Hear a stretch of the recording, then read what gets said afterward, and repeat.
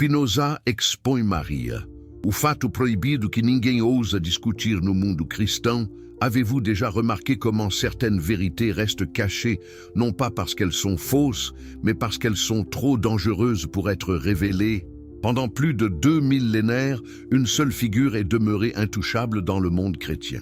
Une femme dont le nom ne peut être prononcé qu'avec révérence, dont l'histoire ne peut être questionnée sans risquer l'ostracisme, la persécution ou pire encore. Marie, la mère de Jésus, est devenue l'icône la plus protégée de toute la chrétienté. Mais pourquoi? Si vous appréciez les histoires qui défient les conventions et révèlent des vérités cachées, n'oubliez pas de vous abonner à cette chaîne maintenant. Chaque vidéo que nous publions explore les zones interdites de l'histoire et de la philosophie.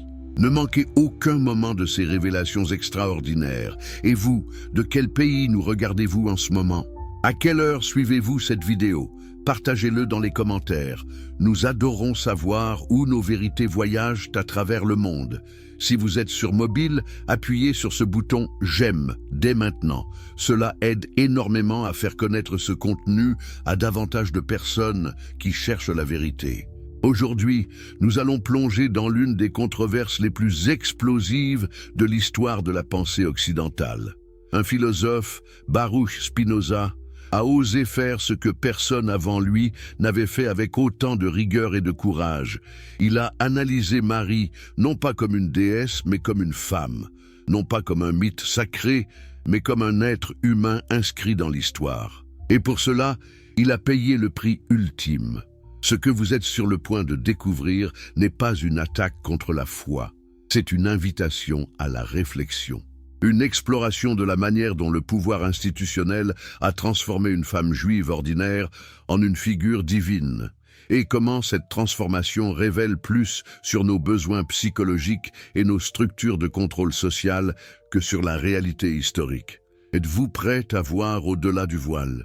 Êtes-vous prêt à découvrir la Marie que l'Église ne voulait pas que vous connaissiez? Le silence qui tue la vérité. Imaginez vivre dans un monde où certaines questions ne peuvent simplement pas être posées, où le simple acte de douter d'une narrative officielle peut vous coûter votre vie, votre famille, votre place dans la société.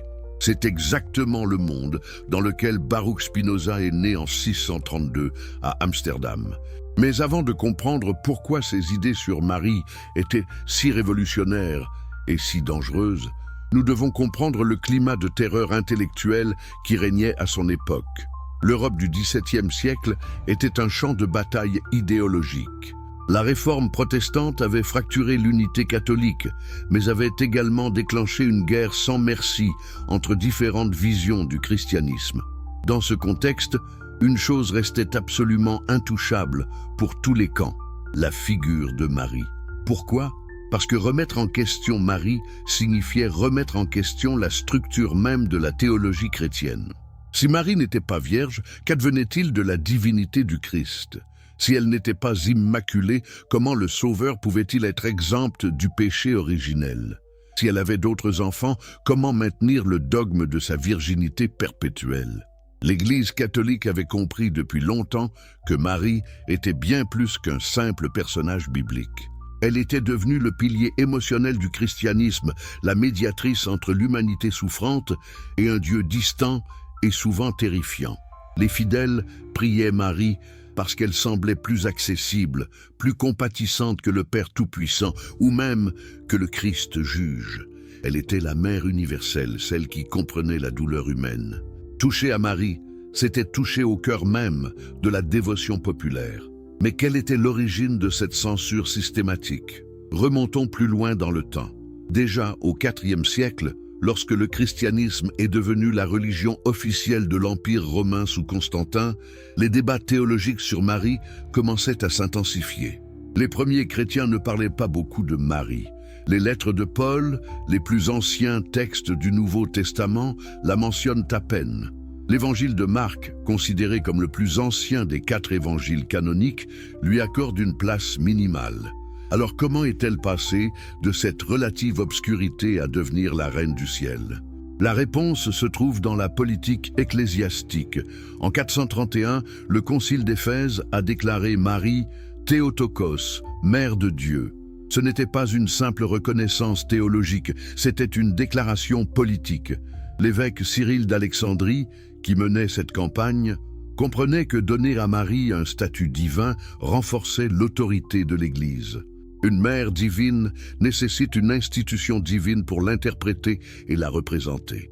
Questionnez la mère et vous questionnez l'institution. Au fil des siècles, les dogmes se sont multipliés. Chaque siècle ajoutait une nouvelle couche au mythe marial. La virginité perpétuelle, l'immaculée conception, l'assomption corporelle au ciel, tous ces dogmes ont été construits progressivement, souvent des siècles après les événements présumés. Mais à mesure qu'ils se solidifiaient, ils devenaient intouchables. Les questionnés revenaient à commettre une hérésie. Combien de penseurs ont été réduits au silence pour avoir osé poser des questions légitimes? Combien de manuscrits ont été brûlés? Combien de vies ont été détruites? L'histoire est parsemée de ces tragédies. Des théologiens brillants, des philosophes courageux, des historiens méticuleux, tous ont appris à leurs dépens que Marie était une ligne rouge à ne pas franchir. Prenons l'exemple de Helvidius au IVe siècle. Ce théologien chrétien a osé suggérer que Marie avait eu d'autres enfants après Jésus, se basant sur les références explicites aux frères de Jésus dans les évangiles. La réaction a été féroce.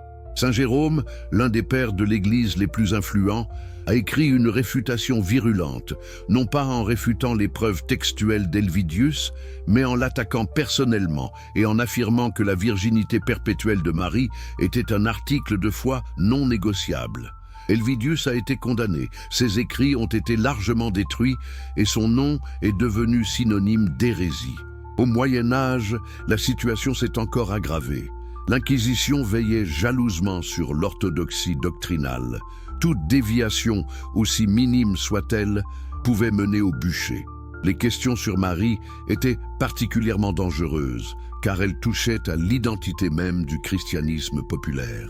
Le culte marial avait pris des proportions telles que dans de nombreuses régions d'Europe, Marie était plus vénérée que Jésus lui-même. Les cathédrales portaient son nom. Les prières lui étaient adressées en priorité. Les miracles lui étaient attribués. Comment en était-on arrivé là? Comment une femme juive du 1er siècle, dont nous savons si peu de choses historiquement, était-elle devenue cette figure mythologique surpuissante? La réponse réside dans un phénomène anthropologique fascinant, le besoin humain universel d'une figure maternelle divine. Pratiquement toutes les grandes civilisations ont vénéré une déesse mère. Isis en Égypte, Déméter en Grèce, Cybèle à Rome. Le christianisme primitif, en émergeant dans ce contexte culturel, a dû composer avec ce besoin profondément enraciné. Mais voilà le problème. Le monothéisme strict ne permet pas de déesse. Le judaïsme, dont le christianisme est issu, était inflexible sur ce point. Il n'y a qu'un seul Dieu, masculin dans sa conception traditionnelle. Alors, comment satisfaire le besoin psychologique d'une figure maternelle divine sans violer le monothéisme?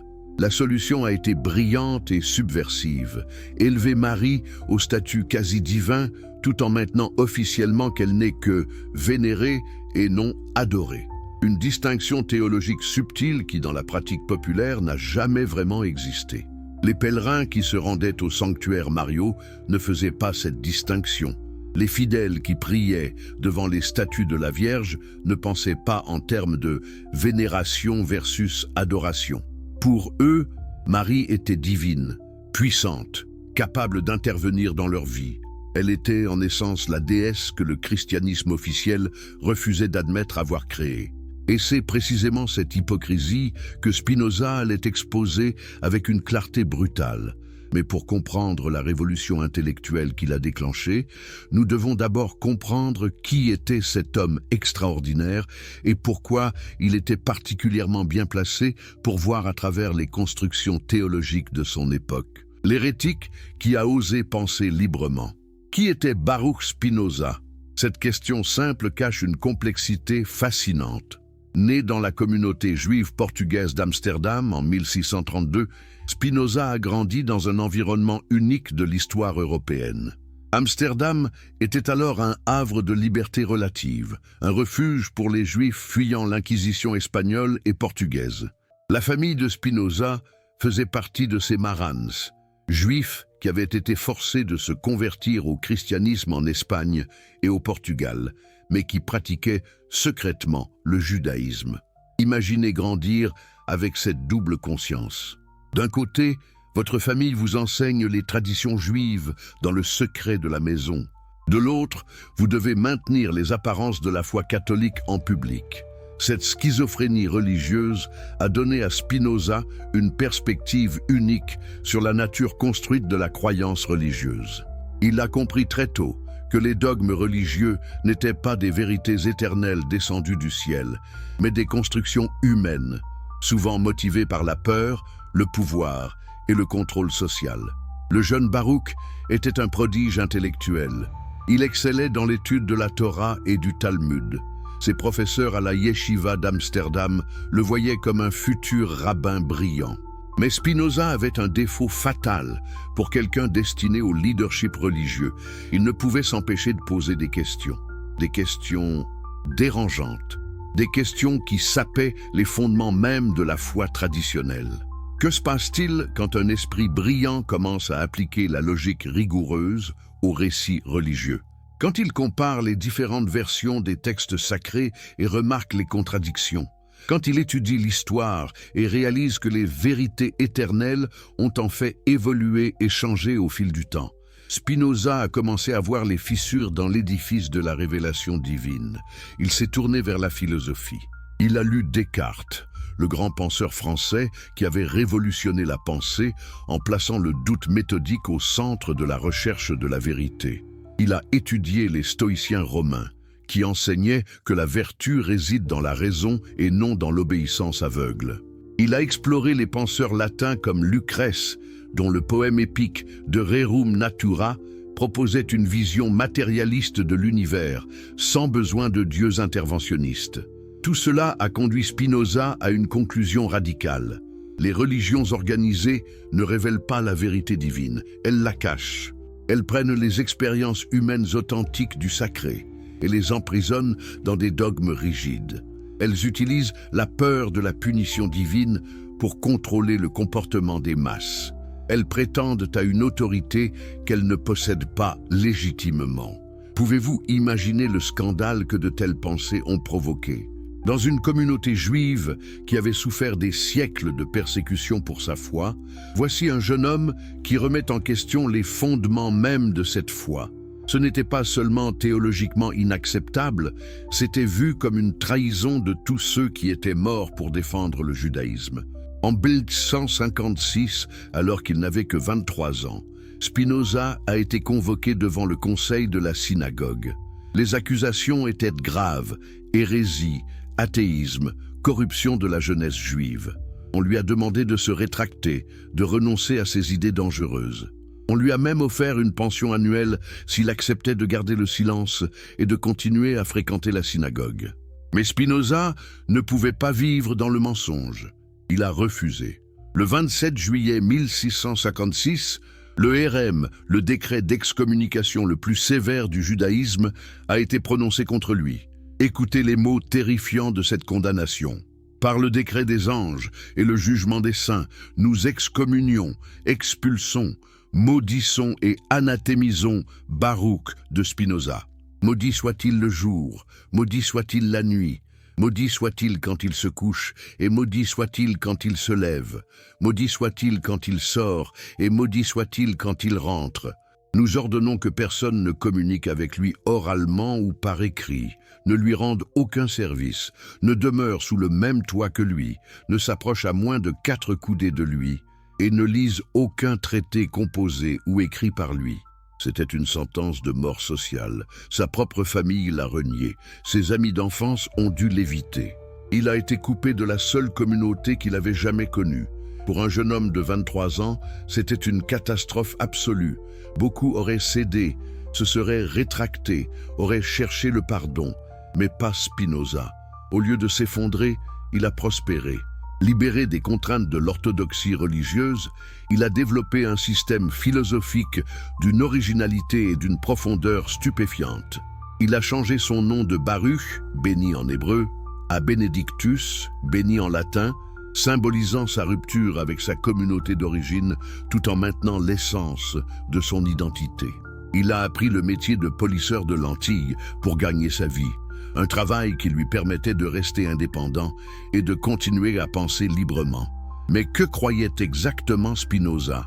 Quelle était cette philosophie si dangereuse qu'elle a coûté tous ses liens sociaux? Au cœur de sa pensée se trouvait une idée révolutionnaire, de sive natura, Dieu ou la nature.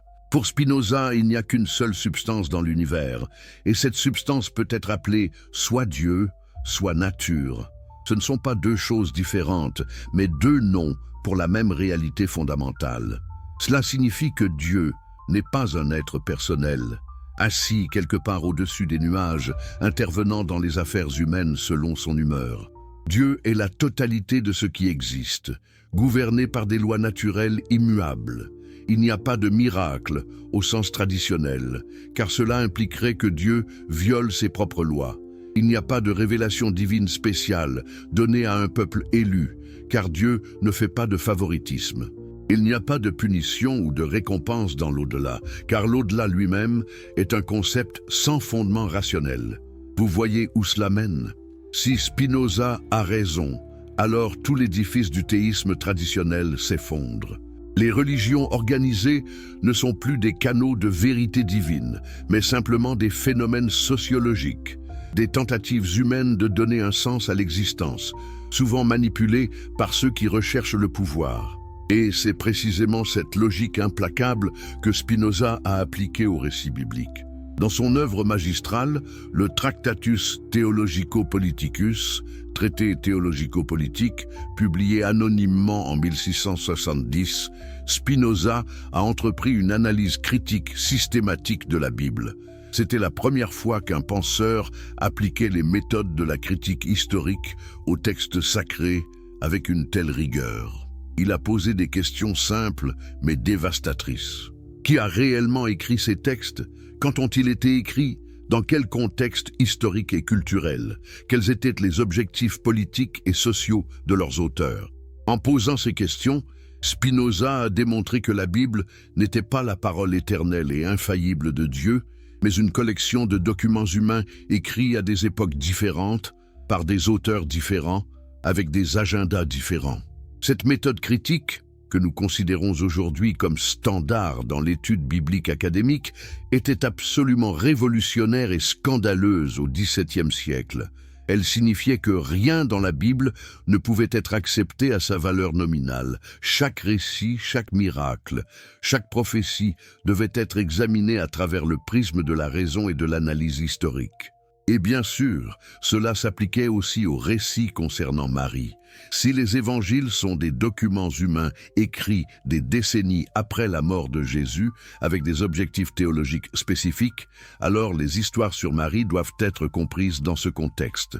Elles ne sont pas des reportages historiques neutres, mais des constructions théologiques conçues pour servir certains objectifs. Spinoza a été particulièrement frappé par les contradictions entre les différents évangiles concernant Marie. Matthieu et Luc, les seuls évangiles qui mentionnent la naissance virginale, présentent des récits très différents des circonstances entourant la naissance de Jésus. Marc, le plus ancien évangile, ne mentionne pas du tout une naissance miraculeuse. Jean, l'évangile le plus tardif et le plus théologique, ne dit rien non plus sur la virginité de Marie. Comment expliquer ces omissions si c'était vraiment un événement miraculeux central à l'identité de Jésus? Pour Spinoza, la réponse était évidente. Le récit de la naissance virginale était un développement théologique ultérieur, ajouté pour servir certains objectifs, peut-être pour relier Jésus aux prophéties messianiques de l'Ancien Testament, peut-être pour élever son statut au-dessus des autres prétendants messianiques de l'époque, peut-être pour le différencier des fondateurs d'autres religions et cultes à mystère qui prétendaient également à des naissances miraculeuses. Mais surtout, Spinoza voyait dans l'insistance sur la virginité de Marie une obsession malsaine pour la pureté sexuelle, typique des religions qui cherchent à contrôler les corps et les comportements de leurs fidèles. Pourquoi la sexualité devrait-elle être considérée comme impure? Pourquoi une naissance normale, résultant de l'union d'un homme et d'une femme, serait-elle indigne de produire un être divin ou un grand enseignant spirituel? Ces questions, Spinoza les a posées implacablement. Marie, avant le mythe, la femme derrière l'icône. Qui était réellement Marie de Nazareth? Si nous enlevons toutes les couches de théologie, de dogmes et de dévotion qui se sont accumulées au fil des siècles, que reste-t-il? Pouvons-nous même accéder à la vérité historique sur cette femme, ou est-elle définitivement perdue sous le poids du mythe? Commençons par ce que nous savons avec une certitude raisonnable. Marie était une jeune femme juive vivant en Galilée au 1er siècle de notre ère. Elle appartenait probablement à une famille modeste. Nous ne savons rien de ses parents dans les évangiles canoniques, bien que les textes apocryphes leur donnent les noms de Joachim et Anne. Elle était fiancée à un charpentier nommé Joseph. Selon les coutumes juives de l'époque, elle aurait probablement eu entre 12 et 14 ans au moment de ses fiançailles. Arrêtons-nous un instant sur ce dernier détail. Marie était essentiellement une enfant selon nos standards modernes. Cette seule réalité devrait nous faire réfléchir à la manière dont nous avons projeté nos propres conceptions et fantasmes sur cette figure historique. L'iconographie chrétienne représente généralement Marie comme une femme adulte sereine et majestueuse. Mais la réalité historique était probablement très différente. Une adolescente effrayée, vivant dans une société patriarcale rigide, confrontée à une grossesse qui pourrait la faire lapider si elle n'était pas correctement expliquée. Les évangiles canoniques nous disent remarquablement peu de choses sur Marie. Marc, l'évangile le plus ancien, ne mentionne même pas son nom dans son récit de l'enfance de Jésus, il se réfère simplement à sa mère. Matthieu et Luc fournissent les récits de la nativité que nous connaissons, mais ils sont radicalement différents l'un de l'autre et difficiles à réconcilier. Jean présente Marie dans plusieurs scènes clés, notamment aux noces de Cana et au pied de la croix, mais ne dit rien sur sa virginité ou sa naissance miraculeuse de Jésus. Pourquoi ces silences et ces contradictions? Spinoza a suggéré une explication simple mais profonde. Les auteurs des évangiles n'écrivaient pas des biographies historiques au sens moderne. Ils composaient des récits théologiques, des proclamations de foi déguisées en narrations historiques. Leur objectif n'était pas de documenter précisément ce qui s'était passé, mais de communiquer qui ils croyaient que Jésus était et quelle signification il avait pour leur communauté. Dans ce contexte, les détails sur Marie servaient des objectifs théologiques spécifiques. Matthieu, écrivant principalement pour un public juif, voulait montrer que Jésus accomplissait les prophéties de l'Ancien Testament. C'est pourquoi son récit de la naissance insiste sur le fait que tout cela est arrivé pour accomplir ce qui avait été dit par le prophète. Luc, écrivant pour un public gentil plus large, voulait présenter Jésus comme le sauveur universel. Son récit de la naissance met l'accent sur l'inclusion des bergers, les marginaux de la société, et annonce une bonne nouvelle pour tout le peuple. Mais qu'en est-il de cette fameuse prophétie de la Vierge que Matthieu cite? Voici, la Vierge concevra et enfantera un fils. C'est l'un des passages les plus débattus de toute la littérature biblique.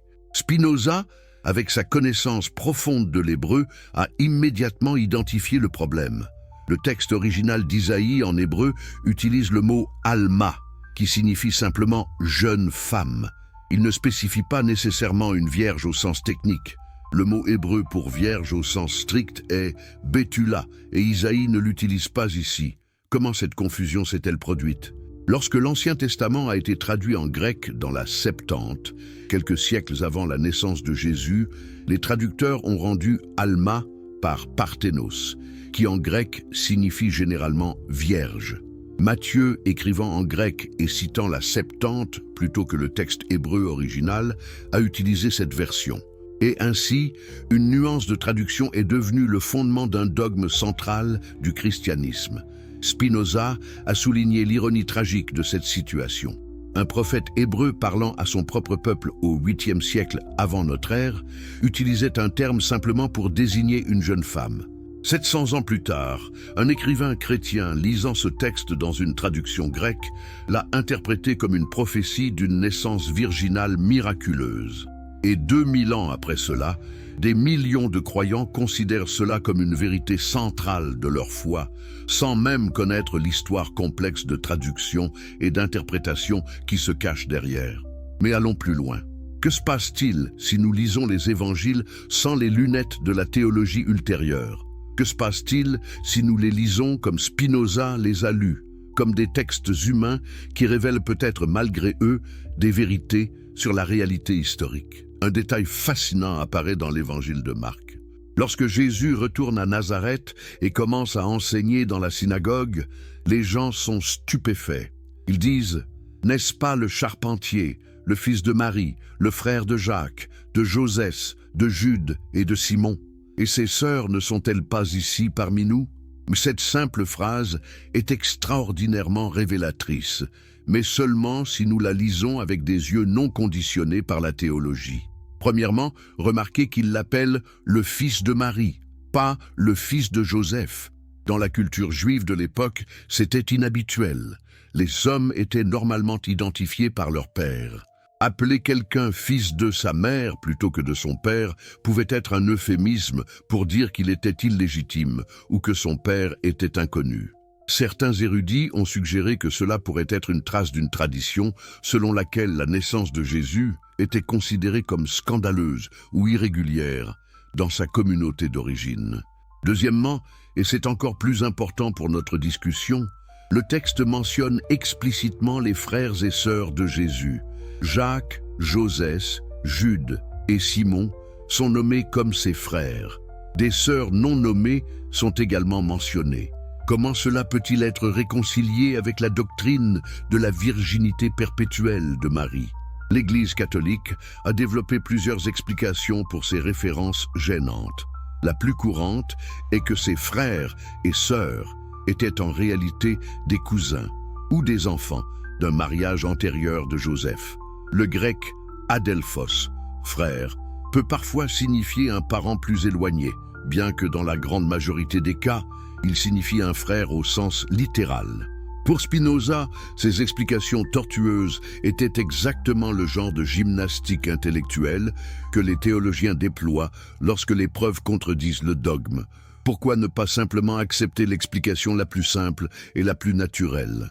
Marie et Joseph ont eu Jésus, que sa conception ait été conventionnelle ou non, et par la suite, ils ont eu d'autres enfants ensemble, comme n'importe quel couple marié de l'époque l'aurait fait. Jésus avait des frères et sœurs. Marie était une mère normale d'une famille nombreuse. Il n'y a rien de scandaleux ou de dégradant là-dedans, sauf si on a déjà accepté l'idée que la sexualité est incompatible avec la sainteté. Et c'est là que Spinoza a identifié le cœur du problème. L'insistance de l'Église sur la virginité perpétuelle de Marie révèle une attitude profondément problématique envers la sexualité humaine et le corps féminin. Elle suggère que Marie ne pourrait être sainte que si elle était asexuelle, que la maternité n'est pure que si elle est dissociée de l'acte sexuel. C'est une vision dualiste qui sépare le corps de l'esprit, la chair du sacré, d'une manière que Spinoza considérait comme philosophiquement et moralement erronée. Dans la philosophie de Spinoza, il n'y a pas de séparation entre le corporel et le spirituel. L'esprit et le corps ne sont pas deux substances différentes, mais deux aspects de la même réalité. La sexualité n'est pas charnelle dans un sens péjoratif, elle fait partie de la nature humaine, une expression de la puissance de la vie elle-même. Pourquoi alors devrait-elle être considérée comme incompatible avec la sainteté? La réponse, selon Spinoza, est à trouver dans les mécanismes du pouvoir religieux. Le contrôle de la sexualité a toujours été un outil puissant de contrôle social. En définissant certains comportements sexuels comme péchés et d'autres comme vertueux, en plaçant le sexe sous la juridiction de l'autorité religieuse à travers le sacrement du mariage, l'Église a acquis un pouvoir énorme sur la vie intime de ses fidèles. Et en faisant de la virginité la forme la plus élevée de pureté, incarnée par Marie elle-même, l'Église a créé un idéal qui garantissait que presque tout le monde se sentirait inadéquat et coupable. Alors, qu'avons-nous découvert jusqu'à présent?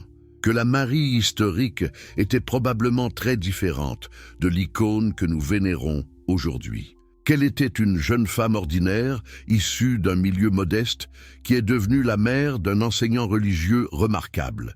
Que les récits de sa vie ont été façonnés et remodelés par des objectifs théologiques au fil des décennies et des siècles. Que les dogmes qui l'entourent, la virginité perpétuelle, l'immaculée conception, l'Assomption, sont des développements tardifs, non soutenus par les premières sources, créés pour servir les besoins d'une institution ecclésiastique grandissante. Mais Spinoza ne s'est pas arrêté à cette déconstruction historique. Il a poussé plus loin, explorant les implications philosophiques et éthiques de cette démythification de Marie. Car si Marie était humaine, pleinement humaine, avec tout ce que cela implique, alors que signifie-t-elle pour nous? Quelle valeur a-t-elle encore? Et qu'est-ce que cela nous dit sur la nature de la sainteté et de la spiritualité authentique? Ces questions continuent de résonner à travers les siècles. Elles nous défient encore aujourd'hui de choisir: préférons-nous le confort du mythe ou l'inconfort de la vérité? Sommes-nous prêts à voir Marie comme elle était vraiment, ou avons-nous besoin qu'elle reste l'idéal inaccessible que l'Église a construit? La réponse à ces questions définit non seulement notre relation avec l'histoire religieuse, mais aussi notre capacité à vivre authentiquement dans le présent.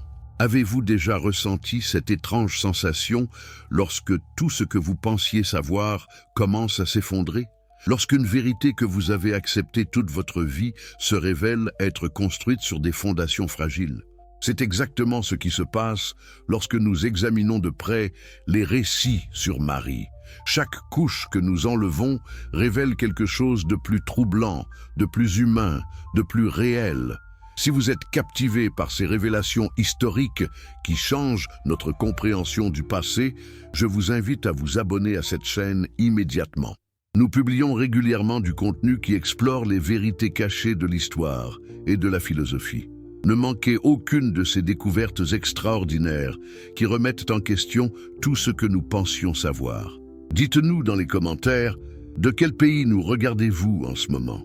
À quelle heure suivez-vous cette vidéo? Nous adorons voir jusqu'où ces vérités voyagent à travers le monde. Et si vous êtes sur votre téléphone mobile en ce moment, appuyez sur ce bouton « J'aime ». Cela fait une énorme différence pour faire découvrir ce contenu à davantage de personnes qui cherchent la vérité au-delà des mythes officiels. Nous avons déjà exploré comment Spinoza a démoli les fondations de la virginité miraculeuse de Marie. Nous avons vu comment une simple nuance de traduction est devenue un dogme central. Mais maintenant, nous devons affronter une vérité encore plus dérangeante, une vérité tellement évidente dans les textes bibliques qu'il faut vraiment une gymnastique théologique extraordinaire pour l'ignorer. Cette vérité concerne les frères et sœurs de Jésus. Imaginez que vous lisez les évangiles pour la première fois sans aucune connaissance préalable de la théologie chrétienne. Vous arrivez à ce passage dans Marc où Jésus retourne à Nazareth et commence à enseigner dans la synagogue. Les gens de sa ville natale sont scandalisés. Comment ce fils de charpentier local ose-t-il prétendre à une telle sagesse? Ils disent textuellement: « N'est-ce pas le charpentier, le fils de Marie, et le frère de Jacques, de Josès, de Jude et de Simon? Et ses sœurs ne sont-elles pas ici avec nous ?» Que comprendriez-vous naturellement de ce passage? La réponse est évidente. Jésus avait des frères et des sœurs. 4 frères sont nommés explicitement, des sœurs plurielles sont mentionnées, ce qui signifie au moins 2, probablement plus. Marie et Joseph avaient une famille nombreuse, comme c'était la norme à l'époque. Jésus était l'aîné, mais il avait des frères et sœurs cadets. Quelle pourrait être l'interprétation la plus naturelle et la plus simple de ce texte? Mais voilà le problème. Si Marie a eu d'autres enfants après Jésus, cela signifie qu'elle a eu des relations sexuelles normales avec son mari Joseph. Cela signifie qu'elle n'était pas une vierge perpétuelle. Et si elle n'était pas une vierge perpétuelle, tout l'édifice de la théologie mariale commence à vaciller. La mère de Dieu, qui est restée éternellement pure, intouchée par la souillure de la sexualité, devient simplement une femme normale qui a vécu une vie conjugale normale. Comment l'Église catholique a-t-elle répondu à cette évidence textuelle? Avec une série d'explications de plus en plus élaborées, de plus en plus éloignées du sens naturel du texte. La première et la plus courante explication est que ses frères étaient en réalité des cousins de Jésus. En grec, nous dit-on, le mot adelphos peut signifier un parent proche, pas nécessairement un frère au sens strict. Examinons cette affirmation de plus près. Est-il vrai que adelphos peut signifier cousin? Techniquement, dans quelques cas très rares et dans des contextes très spécifiques, oui. Mais dans l'immense majorité de ses utilisations dans le Nouveau Testament et dans la littérature grecque en général, adelphos signifie un frère biologique. De plus, le grec possède un mot parfaitement clair pour cousin, anepsios. Paul l'utilise dans Colossiens 4, 10 pour parler de Marc, le cousin de Barnabé. Si les auteurs des évangiles voulaient dire cousin, pourquoi n'ont-ils pas utilisé ce mot? Spinoza, avec sa maîtrise de plusieurs langues anciennes, a immédiatement vu à travers cette explication. Ce n'était pas de la philologie honnête, c'était de la théologie déguisée en linguistique. Les théologiens prenaient la conclusion qu'ils voulaient atteindre. Marie était vierge perpétuelle et travaillait à rebours pour forcer les textes à soutenir cette conclusion. C'était exactement le genre de manipulation intellectuelle que Spinoza dénonçait. Une autre explication populaire, particulièrement dans les traditions orthodoxes orientales, est que ses frères et sœurs étaient les enfants d'un mariage antérieur de Joseph. Joseph aurait été un veuf avec des enfants lorsqu'il a épousé Marie. Ainsi, Jésus avait des demi-frères et demi-sœurs, mais Marie elle-même est restée vierge. Cette théorie est intéressante, car elle révèle jusqu'où les théologiens sont prêts à aller pour préserver le dogme. Remarquez que cette explication n'a absolument aucun fondement dans les évangiles canoniques. Il n'y a pas une seule référence à un mariage antérieur de Joseph. Cette théorie apparaît pour la première fois dans les évangiles apocryphes, en particulier le proto-évangile de Jacques, écrit au IIe siècle, bien après les événements. Pourquoi devrions-nous accepter cette invention tardive comme un fait historique?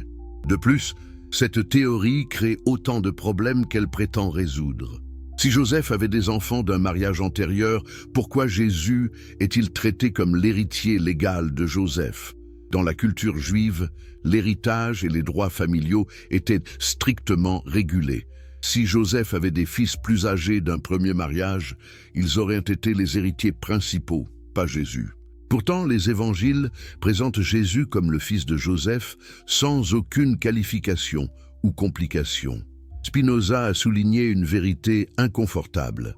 Ces explications complexes et alambiquées sont nécessaires uniquement parce que l'Église a d'abord établi un dogme, la virginité perpétuelle de Marie, puis a dû forcer les textes à se conformer à ce dogme. Si on enlève le dogme préétabli et qu'on lit simplement les textes avec un esprit ouvert, la conclusion est inévitable. Marie et Joseph ont eu plusieurs enfants ensemble après la naissance de Jésus. Mais pourquoi ce fait était-il si menaçant pour l'Église? Qu'est-ce qui était si terrible dans l'idée que Marie ait vécu une vie conjugale normale?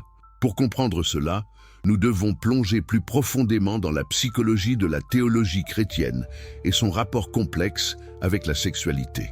Dans la pensée chrétienne primitive, fortement influencée par le dualisme platonicien et les tendances ascétiques de l'époque, la sexualité était de plus en plus vue comme quelque chose de problématique.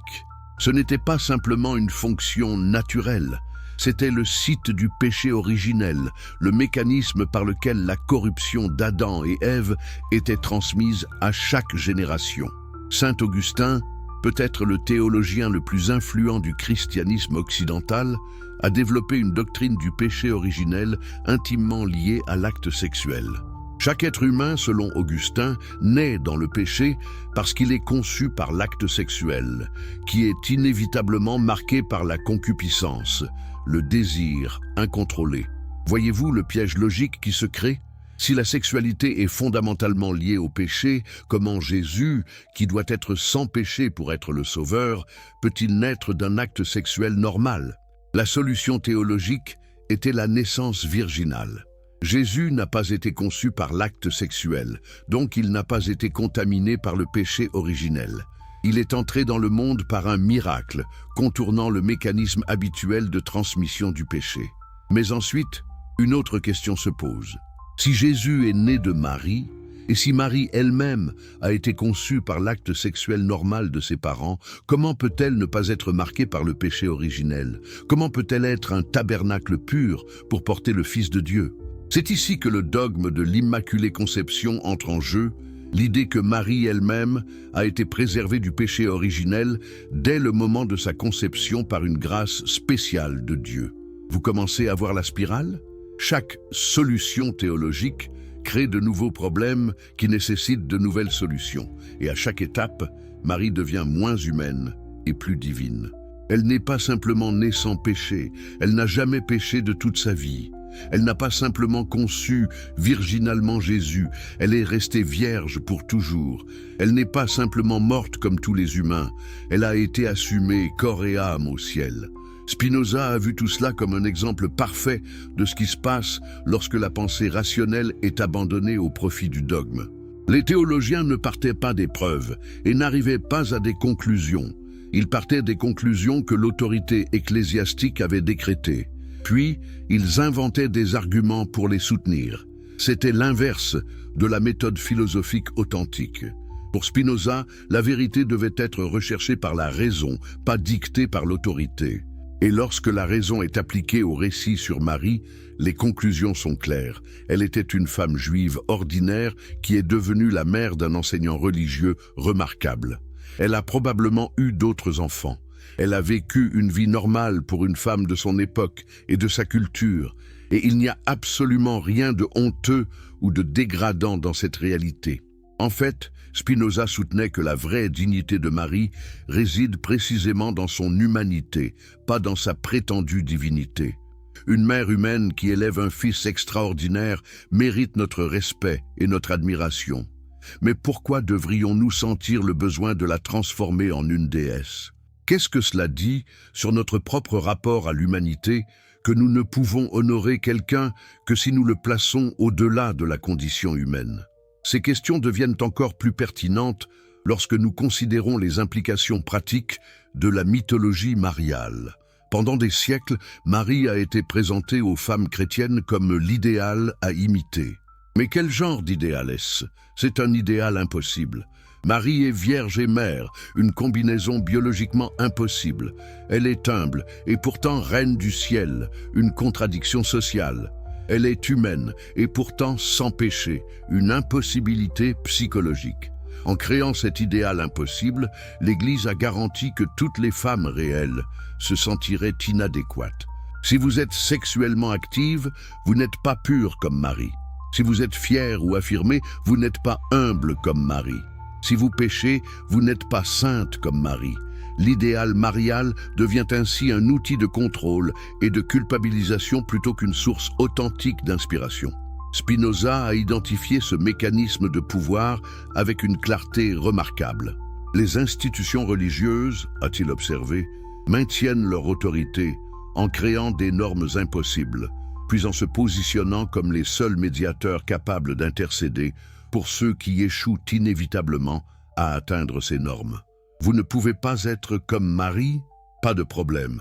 L'Église est là pour intercéder auprès de Marie en votre nom. Mais bien sûr, cette intercession nécessite votre obéissance, votre argent, votre soumission à l'autorité ecclésiastique. C'est un système brillant de contrôle social, et il a fonctionné pendant des siècles. Mais il repose entièrement sur le maintien du mythe. Si Marie était simplement humaine, si elle avait vraiment vécu une vie ordinaire avec ses joies et ses luttes, alors tout le système s'effondre. Les femmes pourraient se rapporter à elle directement, sans avoir besoin de médiateurs institutionnels. Elles pourraient trouver de la dignité dans leur propre humanité plutôt que de se sentir perpétuellement inadéquates. Mais comment exactement Marie est-elle passée de cette femme juive ordinaire à la reine du ciel? Comment s'est opérée cette transformation extraordinaire? Pour comprendre cela, nous devons examiner l'histoire de la dévotion mariale et son développement progressif au cours des premiers siècles du christianisme. Dans le christianisme le plus primitif, Marie occupait une place relativement modeste. Les lettres de Paul, nos documents chrétiens les plus anciens, ne la mentionnent même pas par son nom. Paul parle simplement de Jésus comme étant né d'une femme, né sous la loi. Pour Paul, l'identité spécifique de la mère de Jésus n'était apparemment pas d'une grande importance théologique. L'évangile de Marc, généralement daté des années 60 ou 70 de notre ère, mentionne Marie, mais ne lui accorde pas un rôle particulièrement positif. Dans un passage souvent négligé, Marc décrit la famille de Jésus venant le chercher parce qu'il pense qu'il a perdu la raison. Lorsqu'on dit à Jésus que sa mère et ses frères sont dehors à le chercher, il répond « Qui sont ma mère et mes frères ?» Puis, regardant ceux qui sont assis autour de lui, il dit « Voici ma mère et mes frères. Quiconque fait la volonté de Dieu, celui-là est mon frère, ma sœur et ma mère. » Ce n'est pas exactement le portrait d'une relation mère-fils idéalisée. Jésus semble relativiser l'importance des liens familiaux biologiques, y compris sa relation avec sa mère. Pour une communauté qui adorait Marie comme la mère de Dieu, ce passage est profondément inconfortable. C'est pourquoi, dans l'histoire de l'interprétation biblique, il a souvent été minimisé ou réinterprété. Matthieu et Luc, écrits peut-être une décennie ou deux après Marc, accordent à Marie un rôle plus important en incluant des récits de la nativité. Mais même dans ces évangiles, Marie reste une figure assez mineure après les récits de l'enfance. Elle apparaît occasionnellement dans la narration, mais n'a pas de rôle théologique central. Ce n'est que dans l'évangile de Jean, probablement écrit dans les années 90, ou même plus tard, que Marie commence à acquérir une signification théologique plus profonde. Aux noces de Cana, elle pousse Jésus à accomplir son premier miracle.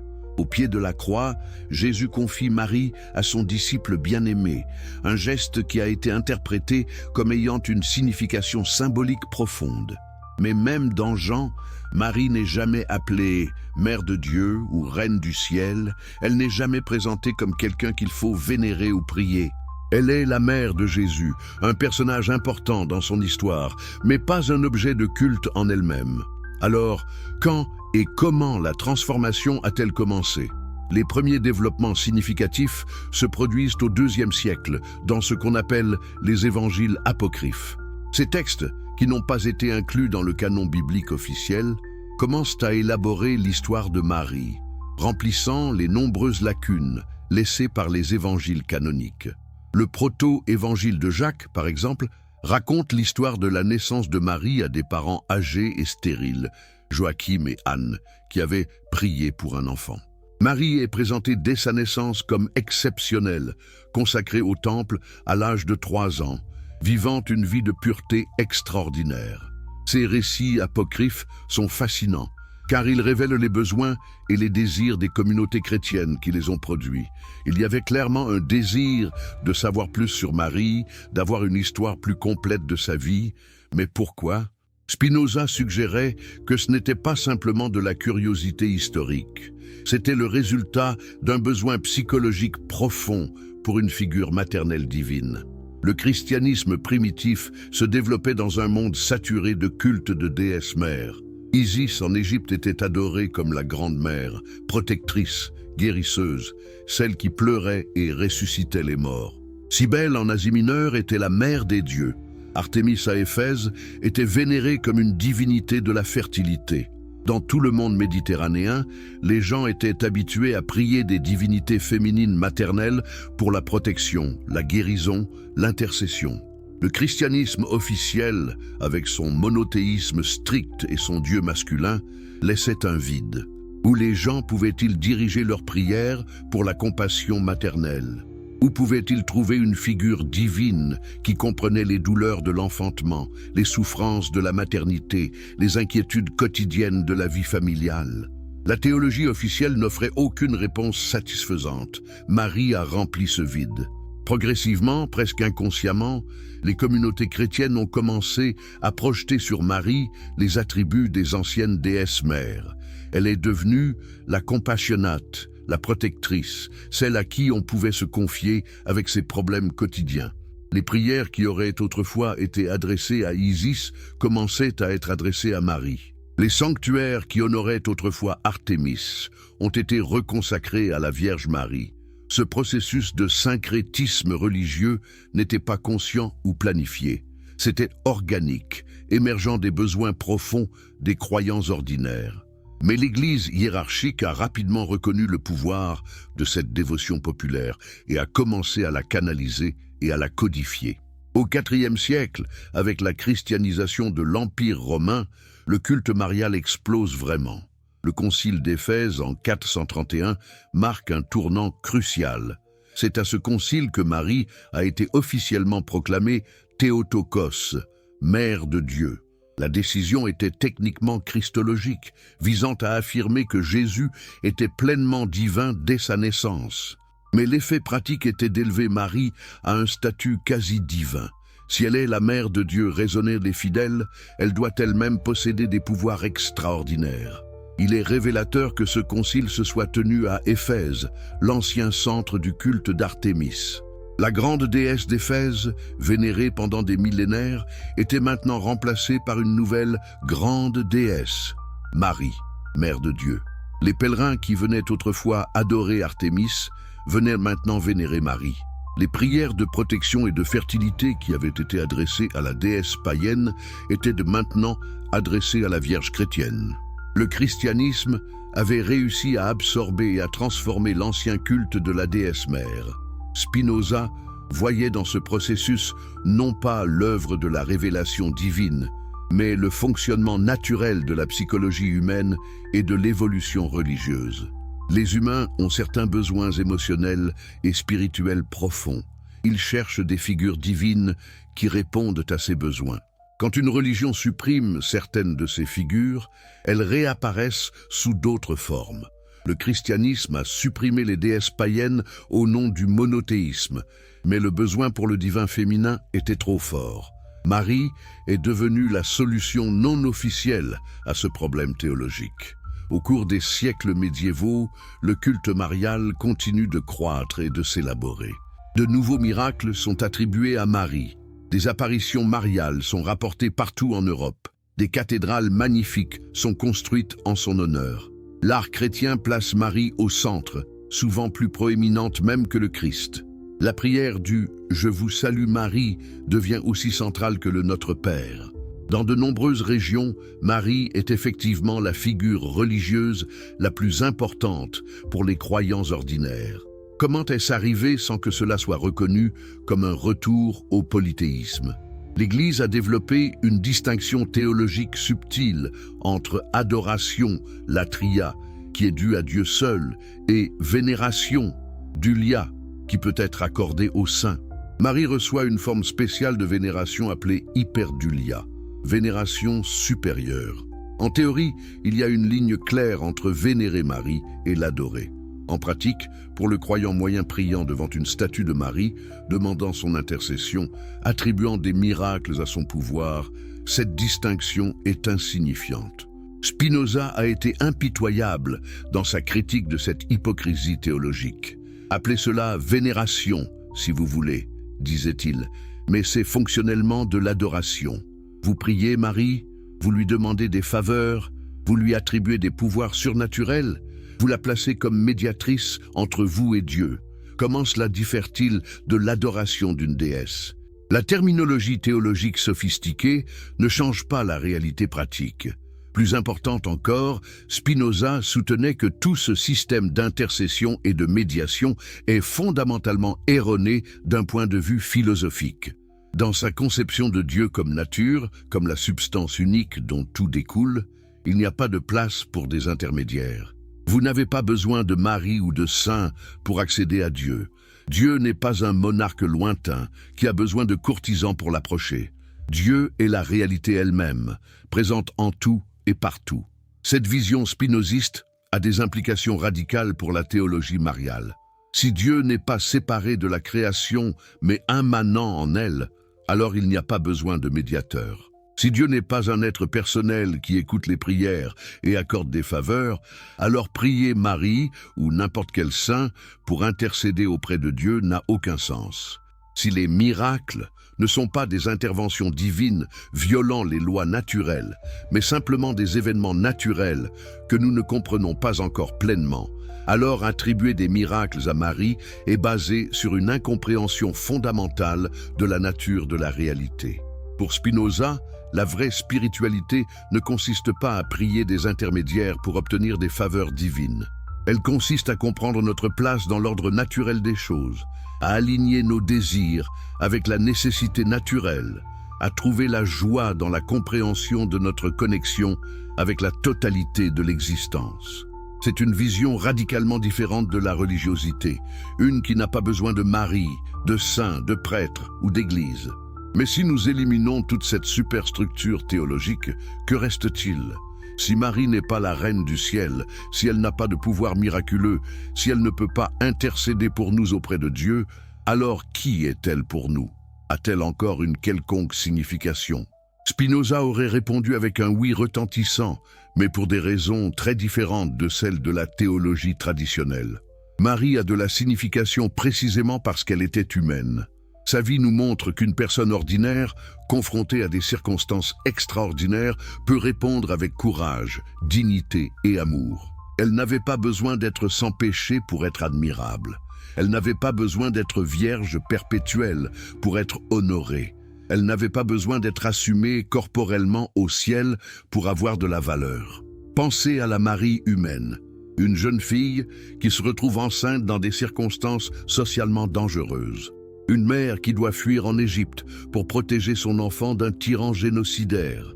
Une femme qui regarde son fils devenir un enseignant religieux controversé, attirant la colère des autorités. Une mère qui assiste à l'exécution brutale de son fils aîné. Une veuve qui doit naviguer dans le monde patriarcal du 1er siècle sans protection masculine. N'est-ce pas là une histoire de courage et de résilience remarquable? Cette Marie humaine, avec ses luttes et ses souffrances, est bien plus inspirante que l'icône distante et parfaite de la théologie. Parce que nous pouvons nous identifier à ses défis. Nous pouvons voir en elle non pas un idéal impossible, mais un exemple atteignable de dignité humaine face à l'adversité. Nous n'avons pas besoin qu'elle soit divine pour la respecter. En fait, sa divinité la rend moins pertinente, moins utile comme modèle pour nos propres vies.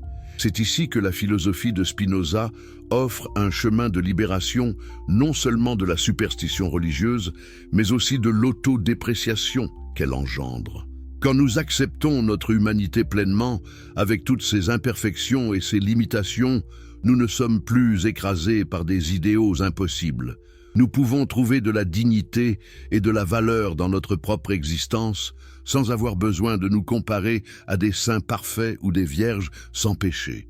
Cette acceptation de l'humanité s'étend également à notre compréhension de la sexualité.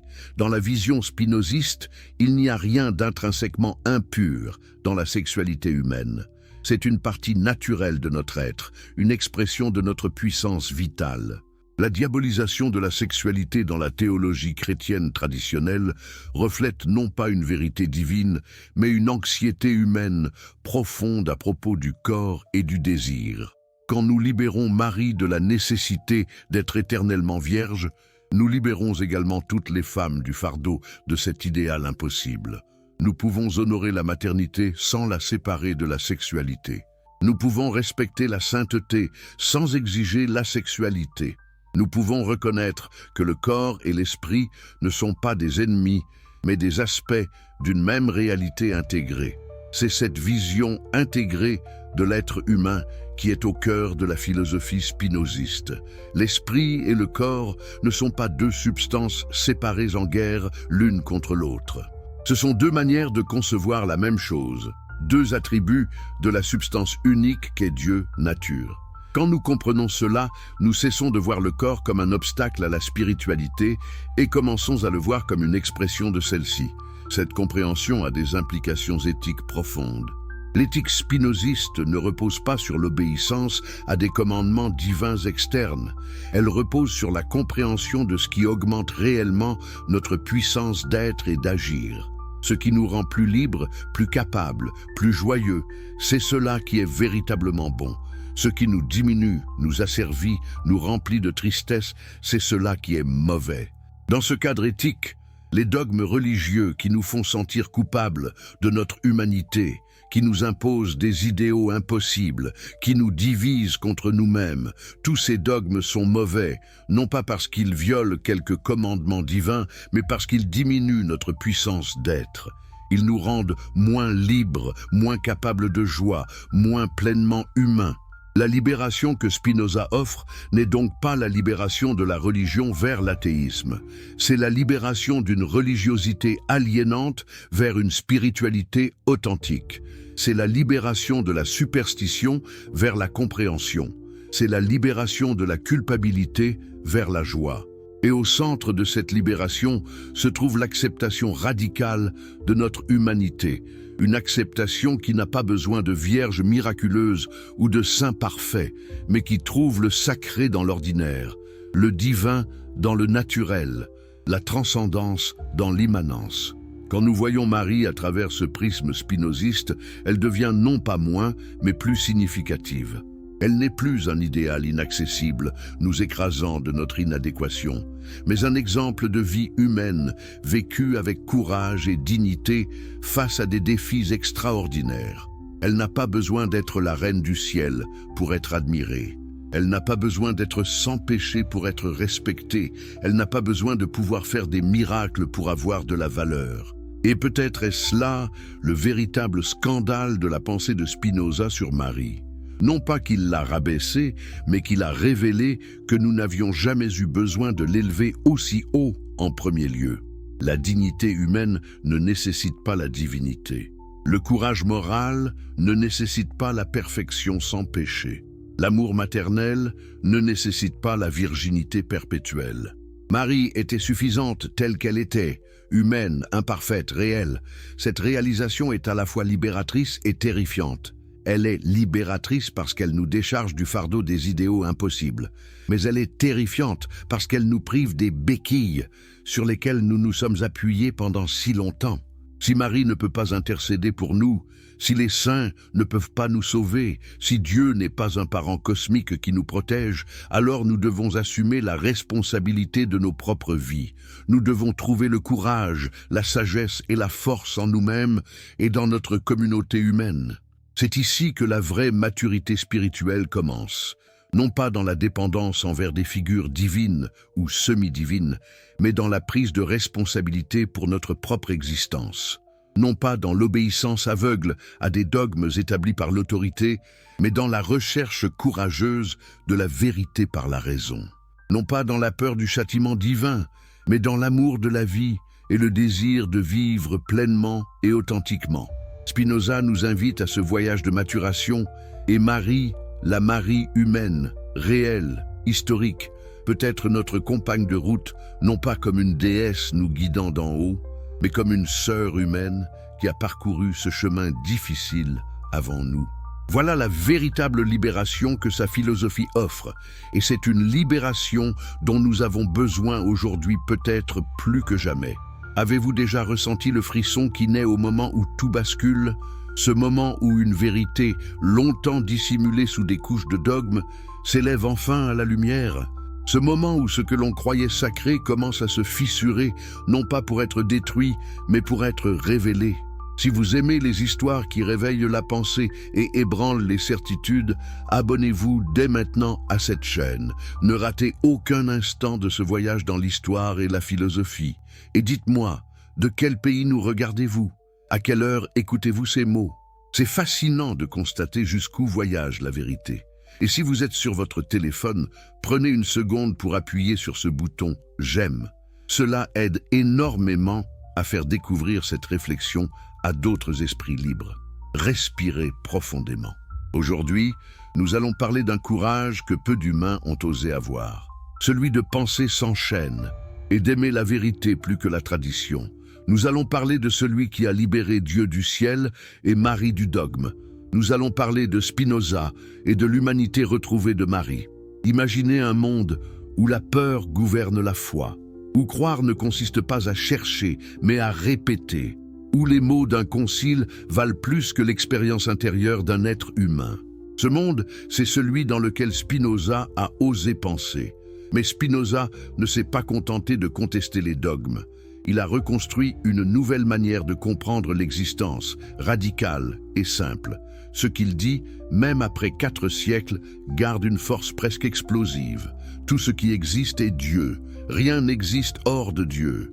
Il n'y a pas d'être surnaturel perché au-dessus des nuages, dictant des miracles, manipulant le destin à son gré. Il y a la nature, infinie, unique, nécessaire, et nous en faisons partie.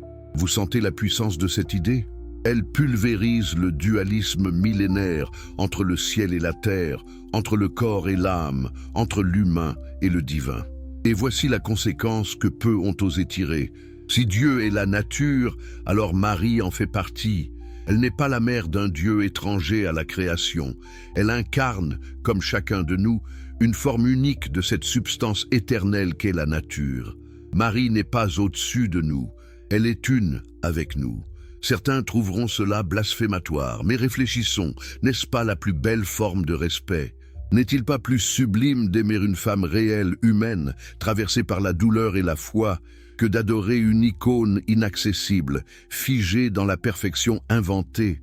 Spinoza aurait souri doucement devant la théologie séculaire qui a enfermé Marie dans une cage dorée. Il aurait demandé calmement « Pourquoi craignez-vous tant son humanité? Craignez-vous qu'elle devienne moins sacrée ?» Mais c'est l'inverse. C'est l'humanité qui est sacrée. Ce qui existe est sacré, simplement parce qu'il existe. Voilà ce que les siècles ont refusé d'entendre. Dans son Éthique, Spinoza écrit que tout être est l'expression d'une seule et même réalité infinie. Même la plus petite plante, dit-il, participe à la perfection divine. Dans ce cadre, que vaut une hiérarchie de pureté? Pourquoi séparer ceux qui seraient dignes de Dieu et ceux qui ne le seraient pas? Marie, dans cette vision, cesse d'être une déesse et devient le symbole de la puissance de la nature elle-même, celle qui crée, qui nourrit, qui endure. Elle n'a pas besoin d'une immaculée conception pour être pure. Elle est pure parce qu'elle vit selon la nécessité de sa nature.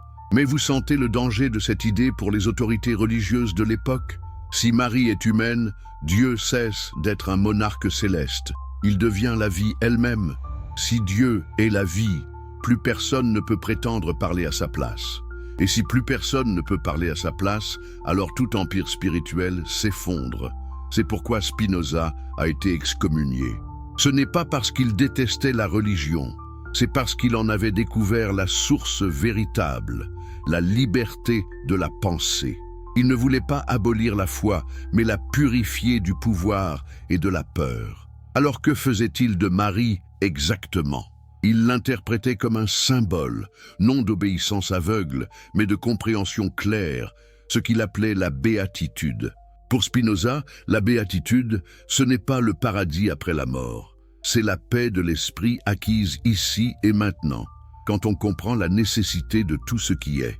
Marie, à travers son fiat, qu'il en soit ainsi, représente peut-être cette acceptation consciente de la nécessité divine. Elle ne choisit pas la soumission, elle choisit la clarté. Et si toute son histoire avait été mal comprise? Et si son oui à Dieu n'était pas celui d'une esclave religieuse, mais celui d'une femme libre, acceptant d'être l'instrument de la vie? Et si ce que la théologie a pris pour de la passivité était en réalité une lumière d'intelligence, la compréhension de la nature dans sa totalité? Ce renversement change tout. Dans la lecture spinoziste, Marie cesse d'être une statue de plâtre pour redevenir une conscience éveillée. Elle incarne non pas la vertu d'obéir, mais celle de comprendre. Alors, posez-vous la question, qu'est-ce qui est le plus divin?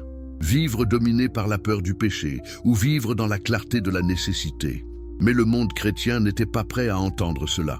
Au XVIIe siècle, la foi reposait encore sur des miracles, des dogmes, et surtout sur la peur de l'enfer, la peur du doute, la peur de la raison.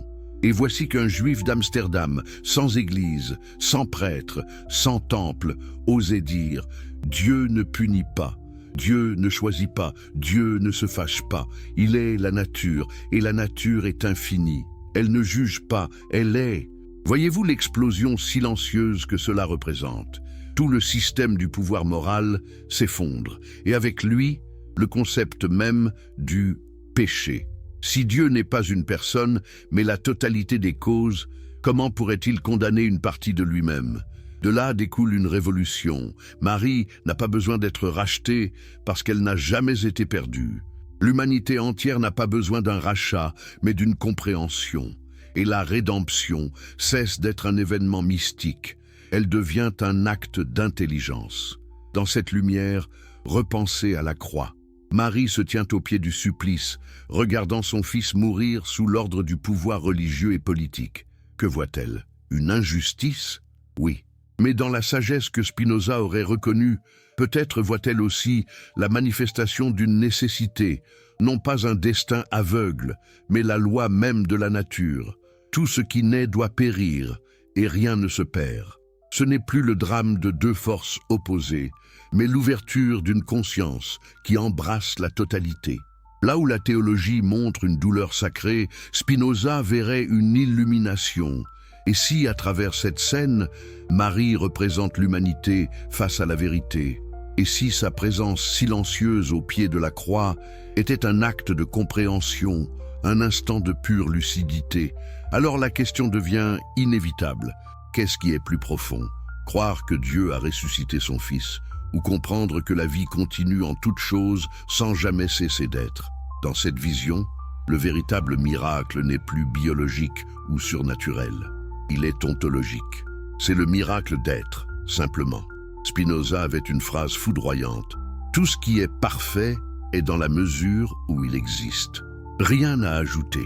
Exister, c'est déjà participer à la perfection. Maria devient alors un hymne à la pleine existence de la vie. Et soudain, quelque chose bascule dans votre perception. Si Marie est pleinement humaine, alors sa sainteté devient accessible. Vous n'avez plus besoin de statut, ni d'intercesseur, ni de promesses impossibles. Vous avez besoin d'un seul acte, comprendre ce que vous êtes, ici et maintenant. Est-ce cela finalement le message que la religion a caché derrière les mythes?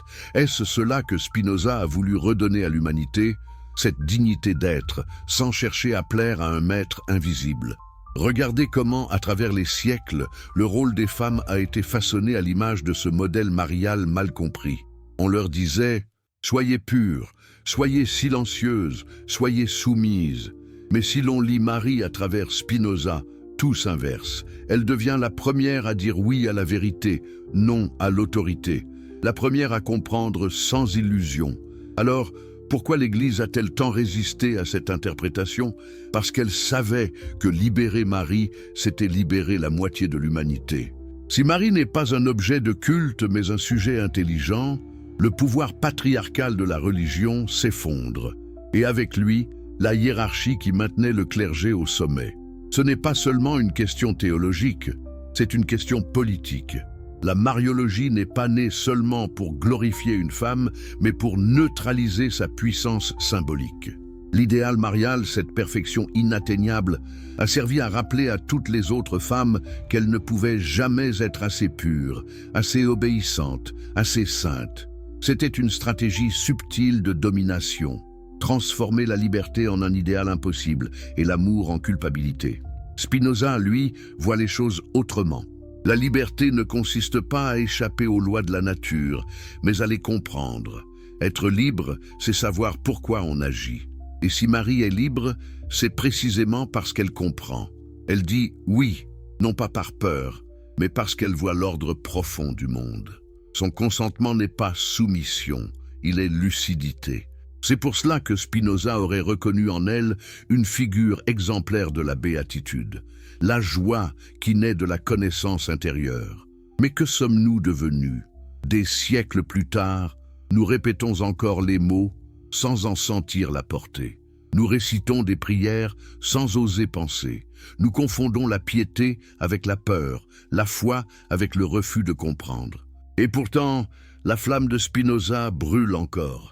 Sa pensée a survécu aux censures, aux persécutions, aux siècles. Pourquoi? Parce qu'elle ne dépend d'aucun dogme. Parce qu'elle parle à ce qu'il y a de plus indestructible en l'homme, la raison unie au désir de liberté. Aujourd'hui encore, dans un monde saturé d'images saintes, de slogans religieux, de débats stériles entre croyants et athées, son message résonne comme une libération. Vous n'avez pas besoin d'attendre un miracle, vous êtes déjà un miracle. Vous n'avez pas besoin d'intercesseur, vous faites partie de la même substance que tout ce qui est. Et Marie, dans cet horizon, redevient ce qu'elle aurait peut-être voulu être, une présence humaine qui relie l'esprit et la chair. Une femme qui traverse la douleur sans la nier. Une figure de l'équilibre entre ce que nous ressentons et ce que nous comprenons. Alors je vous pose la question, qu'est-ce qui est le plus sacré? Une statue immaculée fermée dans une église ou la mère fatiguée qui veille sur son enfant dans la nuit? Un dogme proclamé par des hommes réunis dans une salle ou l'étincelle d'amour qui naît dans un cœur humain? Spinoza aurait souri et répondu « Tout est Dieu, tout est sacré ». Et cette idée simple mais vertigineuse fait trembler tous les pouvoirs. Parce qu'elle redonne à chacun une part de cette lumière qu'on avait prétendu monopoliser. Si tout est Dieu, il n'y a plus de distance entre le ciel et nous. Si tout est Dieu, la vie devient le véritable temple et la raison, la prière la plus haute. Nous devons comprendre ce que ce message a coûté à Spinoza. Il a vécu pauvre, souvent malade, sans famille, souvent méprisé. Mais dans la solitude de ses lectures et de ses polissages de lentilles, il écrivait avec une sérénité désarmante. Le sage ne pense ni à la mort, ni au péché, mais à la vie. Cette simplicité cache la plus grande des révolutions. En réalité, ce n'est pas Marie que Spinoza a détruite, c'est la peur. C'est la honte. C'est le mensonge d'un monde où l'on doit être autre chose que ce que l'on est pour être digne de Dieu. Son courage a ouvert une ère nouvelle, celle où la foi cesse d'être soumission et devient compréhension, celle où la sainteté n'est plus un état réservé, mais une manière d'être au monde. Et aujourd'hui, si Marie pouvait parler à travers les siècles, peut-être dirait-elle « Je suis cette femme que vous avez enfermée dans un idéal que je n'ai jamais choisi. J'étais jeune, j'avais peur, mais j'ai dit oui, non pas parce qu'on m'a ordonné, mais parce que j'ai compris. Vous avez fait de moi une déesse, alors que j'étais votre sœur. Vous m'avez mise sur un trône, alors que je voulais simplement marcher à vos côtés. Ce serait cela, peut-être, la véritable révélation. Marie n'avait pas besoin d'un culte. Elle avait besoin d'être comprise. Et Spinoza, lui, n'avait pas besoin de la détruire. Il voulait simplement la ramener à la lumière de la raison, là où toutes les grandeurs humaines peuvent enfin être comprises, aimées et vécues. Alors que reste-t-il après tant de siècles de silence et de déformation? Il reste une invitation à repenser non seulement Dieu, mais aussi ce que signifie être humain. Une invitation à regarder les mythes non pas comme des chaînes, mais comme des symboles d'une vérité plus grande. La vérité que tout ce qui est en Dieu et que rien n'en est exclu. N'est-ce pas là, au fond, la plus belle prière? Ne plus demander la pureté impossible, mais vivre la clarté possible. Ne plus attendre une grâce qui viendrait d'ailleurs, mais découvrir la joie d'exister ici. Ne plus chercher l'intercesseur entre soi et le divin, mais comprendre que le divin parle déjà à travers tout ce qui est. Spinoza et Marie ne sont pas les ennemis qu'on a voulu opposer. Ils sont les deux visages d'une même sagesse. La lucidité et la tendresse, l'intelligence et la grâce, la raison et la compassion. Et si c'était cela, au fond, le message interdit? Non pas de détruire la foi, mais de la transfigurer par la connaissance. Non pas de rejeter Dieu, mais de le retrouver dans la vie même. Alors, regardez autour de vous. Tout ce qui respire, tout ce qui existe, tout ce qui pense, c'est cela, le visage de Dieu. Le monde n'est pas déchu, il est divin. Et la femme qu'on a appelée Marie n'était pas une exception à la nature humaine, mais la preuve de sa grandeur. Et maintenant que vous savez cela, que ferez-vous? Continuerez-vous à prier vers le ciel ou commencerez-vous à comprendre que le ciel est déjà ici? Continuerez-vous à attendre un miracle ou deviendrez-vous ce miracle? Voilà la vérité que Spinoza a mise au jour et que le monde chrétien a si longtemps redoutée. Le fait interdit n'était pas que Marie soit humaine, mais que l'humain soit divin. Ils ont préféré la statue immobile à la femme vivante. Ils ont préféré le dogme à la liberté. Mais vous, maintenant, savez. Et connaître, c'est se libérer. Si ces mots ont éveillé en vous une réflexion, une émotion, une lumière même infime, alors faites un geste. Partagez cette vérité. Aidez-la à voyager. Aidez à réveiller d'autres âmes endormies. Et souvenez-vous, Spinoza a risqué tout ce qu'il possédait pour qu'un jour, nous puissions penser librement. Ne laissez pas mourir cette flamme. Aimez la vérité plus que les murs qui la cachent. Cherchez la lumière partout, surtout là où on vous dit de ne pas regarder. Parce que, comme Spinoza l'a montré, et comme Marie l'a vécu, la vérité la plus sacrée n'est pas au ciel. Elle est dans le courage de comprendre.